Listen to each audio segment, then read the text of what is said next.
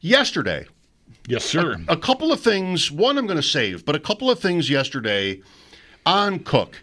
We got to drive this thing until it craps out. James Cook, right? I don't mean him. I just mean like the story.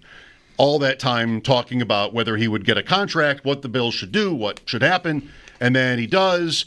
And you know, I've got at least a few minutes, if not another day, in me on Cook. Yeah, one of the maybe central topics about this is that 47% number. His usage, sure. His usage. And at one point yesterday, I think you had said something different. We've talked about it enough times, I should know. But I said, I don't think that I need to care about that for this. And I mentioned Mariano Rivera eventually, but also someone else who might be more relevant. Like Von Miller, was. Right. Von Miller played 61% of the snaps in his first year here after a mega contract. And I think I would say it was by design. Like it was going the way it was supposed to be going. He was older. He had injuries already. They didn't want to burn him out.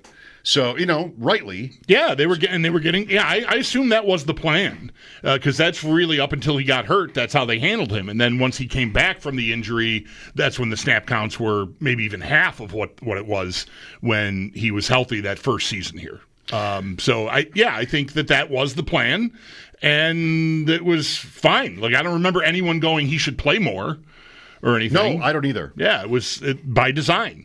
Maybe we'll hope he'd be fresh enough to play more if they need him to play more come playoff time. But, in November, don't worry about it.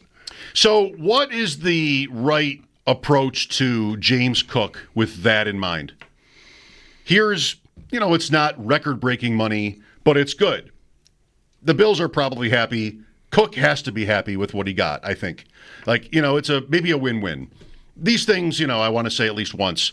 When it comes out, it always happens this way. When it comes out in the first place, it looks like it's way better for the player than maybe it's likely to end up being. But still, everybody's, they made the deal, here we go. Yep. Is it important to talk about his usage with his being paid like this? Like, is that something that has to change? Is that something that really needs to be scrutinized? Like, if, you know what I mean? If the Bills don't use him more often in games, is that negligent because they're paying him this much more, or does it not matter?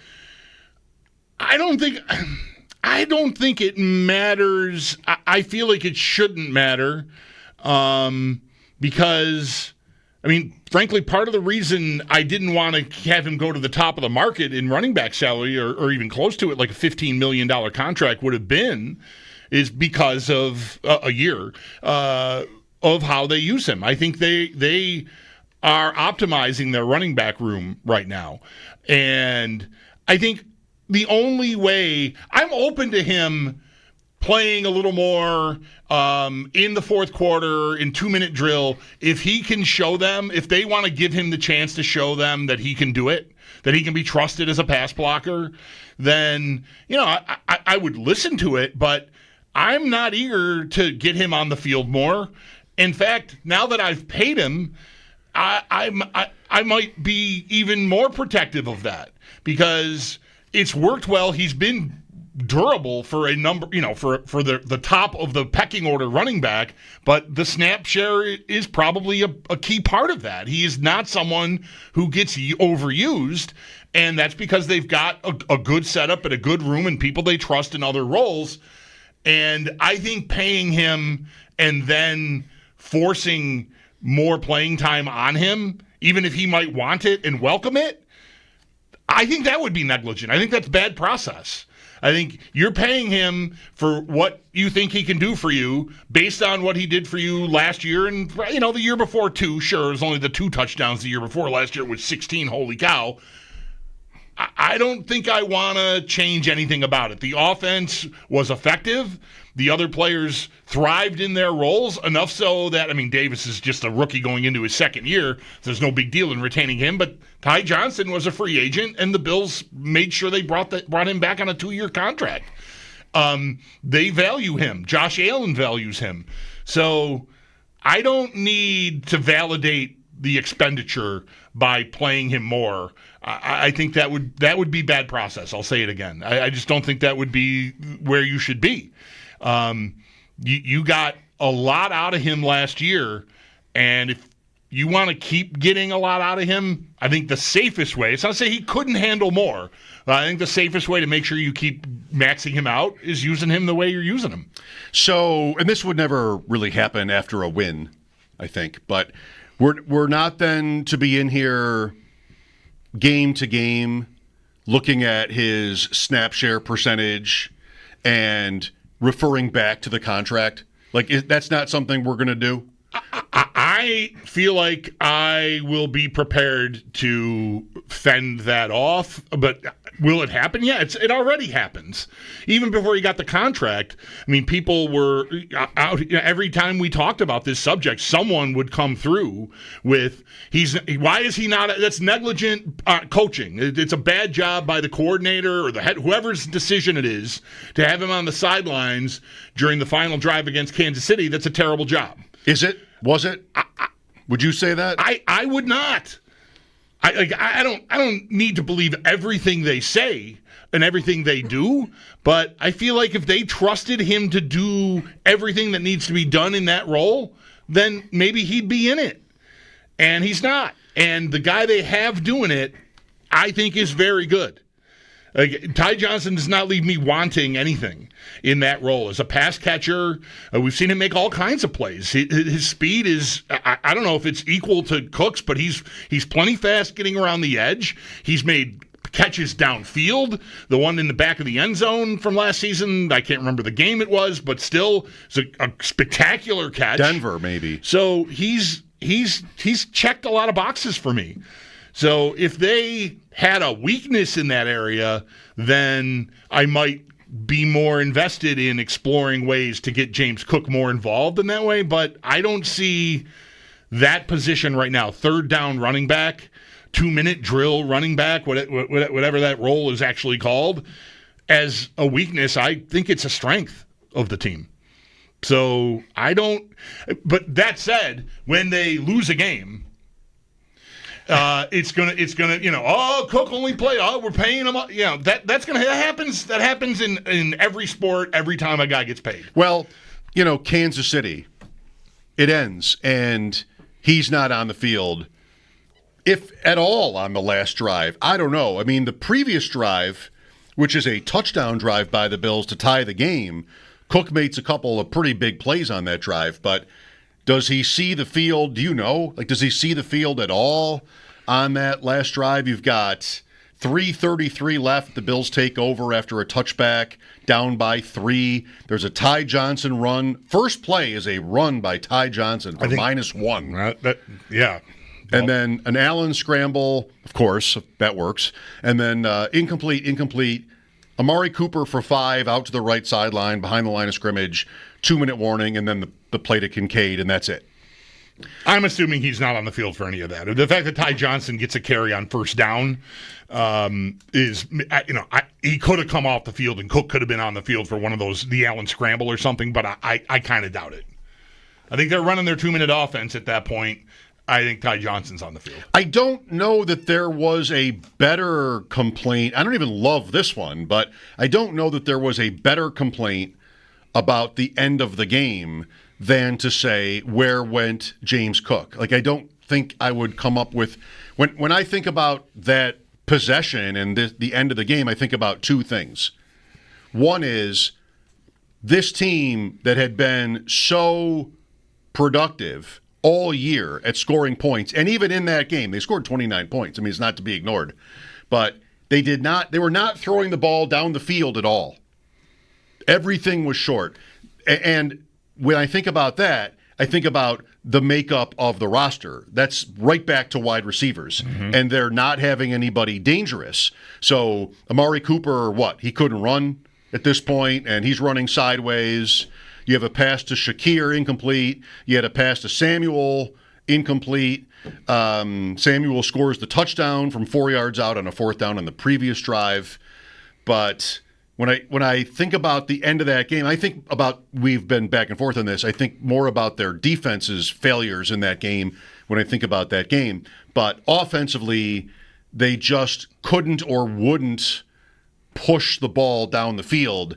And that, for me, and it will always be this, is a bad turn for the Bills. Like, they ran the ball a lot and 6 linemen and everything else, but they're easy to say. I mean, they lost and it was close and it was the semis, but I feel like I've said it for years, like they won't win until they win on Allen's cape. Like, it has to be like a down the field offense, but that doesn't have to be right. Kansas City 2 years ago won without that sort of dimension like they'd had it before too. The league changed.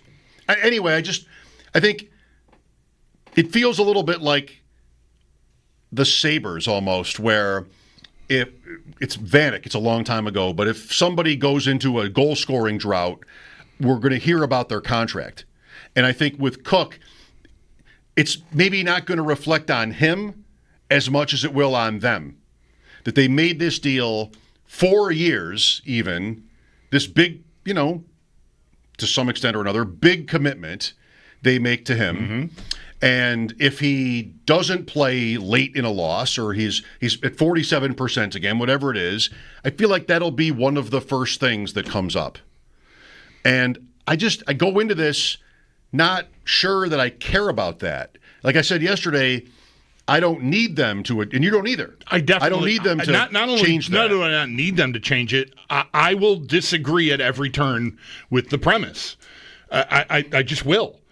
Now if Ty Johnson suddenly can't play or something, right? And this doesn't mean like, Ty Johnson makes a mistake and now but all of the contract opens the door to all of that. Last year there were people after that game that found it extremely curious, especially with the way Cook played in the game and the dramatic touchdown he scored, the way he scored it, with the one hand just holding himself up to get the ball over the goal line. Just such a great play. People were hot about him not being on the field at the end, and I myself had no problem just saying it's not his role. This offense was the historically great offense for them, and this is how they did it all year long. So I'm not going to change it now. Oh, we're playing Kansas City. The season's on the line. Get Cook out there. He'll pick up, who on a blitz or something. No, I don't want to ask him to do that in that spot. I think that's inviting trouble. I think, in fact, I'd go so far as to say that if the guys in the huddle look around and a different dude is there, they're going to sense, maybe they'll sense, this is a very important moment, but I think it would be weird. It's like changing tactics at the last moment, and that can be a sign of panic. So I don't want any of that. So I'm fine with the way they use them. I like the contract more at this time today than I did yesterday at this time, once we found out more of the actual breakdown of it, and it's really more like 3 for $30. That's not modest. It's still an investment I didn't need to make, but it keeps the peace, and it's also, to me, not as problematic moving forward, hopefully. So I don't want to change anything about what they're doing. It's really one of the core reasons why I didn't want them to cave into a top of the market running back contract for him, because I didn't want them to change what they do and how they do it. And I really hope, and I want to say expect, because they did make the effort to re-sign Ty Johnson. I think James Cook was in the plans, and maybe even a contract extension for him was on the horizon for them. And they wanted to keep him all along, and they have, but they kept Ty Johnson, too, in the role. So I just don't see a need to change it. James Cook or otherwise, do you want something about the Bills' offense this year to be different? 803-0550. Today, Theo Greminger. We'll talk some fantasy football with Theo. We've talked about James Cook every time he's been on. I imagine we'll do so again. And Dalton Kincaid. Probably you can expect that. And at 5, Ross Tucker. How about that? What's Ross up to? I don't know. Eagles preseason. Eagles preseason. Podcasts. I saw beer. I saw the debut of this season's food, Tuck spreads. Tuck spreads. But I don't know where he was. Like it was this morning, and I'm not sure if that was from the weekend or what that was. Yeah, where is he in a press box this morning? Right. And it said #ad, like we are told to do. Yeah, but there was no sponsor mentioned in that one. I don't know what was going on. I don't know what's up. Well, we'll find out at 5 o'clock. We will try. Lines are open for your calls, 803-0550. The offense, Cook, the contract. Got lots of calls yesterday, takeaways, reactions to